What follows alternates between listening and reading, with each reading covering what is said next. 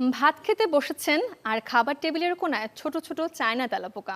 রান্নাঘর, বেসিন, বাথরুমের কথা নাই বা বলি, নানা পণ্য ব্যবহারও মিলছে না এর থেকে মুক্তি।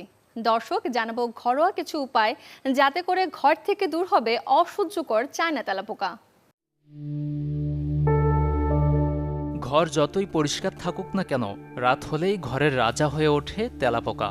বিশেষ করে চায়না তেলাপোকা নামে পরিচিত ছোট ছোট তেলাপোকা উঠে আছে ময়লা আবর্জনা থেকে, যা খাবার, কাপড় চোপড় সহ সব জায়গায় ঘুরে বেড়ায়, ছড়ায় নানা ধরনের অসুখ।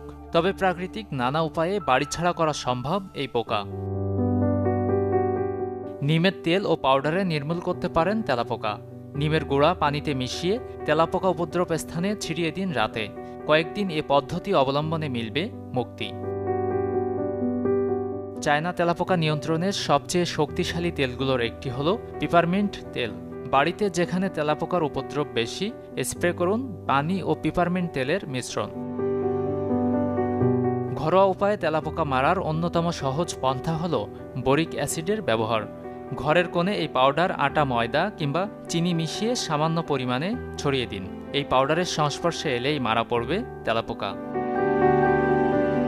তেজপাতার গন্ধ সহ্য করতে পারে না তেলাপোকা। ঘরের যেসব জায়গায় তেলাপোকার উৎপাত বেশি, সেখানে ছড়িয়ে দিন তেজপাতার গুঁড়া। গোলমরিচ, পেঁয়াজ ও রসুন দিয়ে তৈরি মিশ্রণ পানিতে মিশিয়ে ছিটালেও দূর হবে তেলাপোকা। বেকিং সোডা ও চিনির মিশ্রণ তেলাপোকার বিস্তার রোধে একটি কার্যকরী কৌশল। চিনি তেলাপোকাকে আকর্ষণ করে আর বেকিং সোডা মেরে ফেলে পোকা। তবে চিরদিনের জন্য একেবারে নির্মূল করা সম্ভব নয় তেলাপোকা, কারণ বাড়ি থেকে সব তেলাপোকা দূর হলেও আশপাশ থেকে তা চলে আসে। তাই মাসে অন্তত 2 বার ব্যবহার করুন তেলাপোকানাশক। Desk report, channel 24।